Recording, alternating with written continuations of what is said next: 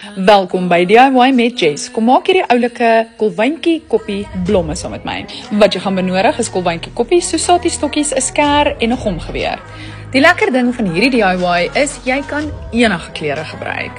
Haal 15 koppies uit en plaas hulle bo mekaar. Sny in elke derde gleufie van jou kolwyntjie koppie en sny dan ook die punte af om 'n driehoek te vorm. Maak nou gaatjies in die middel van jou blommetjies en plaas hulle in jou sosatie stokkies met die mooi kant na onder toe.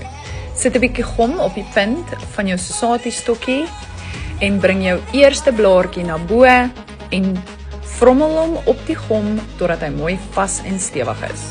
Herhaal hierdie proses met al die blare totdat jy 'n pragtige blom het. Vir jou tweede blom, vat ongeveer 12 kolwyntjie koppies en vou hulle in die halfte. Sit 'n hompie gom op die punt van 'n sosatie stokkie en begin hulle op die sosatie stokkie te rol. Plaas gom op die punte van jou kolwyntjie koppie of selfs op die sosatie stokkie self om te verseker dat hulle mooi stewig en vas is. Nou terwyl jy kyk hoe ek die rook uit hierdie halfgeveerde kolwyntjie koppie rol, moenie vergeet om my op Instagram te volg, waar ek partykeer ander DIY's met julle deel as die wat ek op TikTok deel. Goed dan, herhaal hierdie proses totdat jy 'n pragtige roos het en beëindig jou roos met 2 groen kolwyntjie koppies.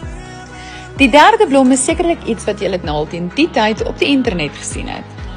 Mense vat salami in 'n glas en bou vir hulle 'n pragtige roos uit die salami uit bo-oor die rand van die glas en plaas dit op 'n charcuteriebord.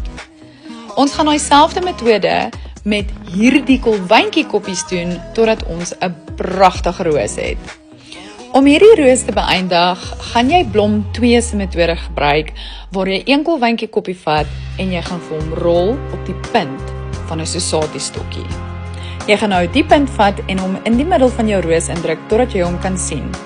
Verstewig dit met 'n groot hompie gom aan die middel. Jy sal sien daar's 'n groot gat. Beëindig die roos ook dan nou met 2 groen kolwyntjie koppies.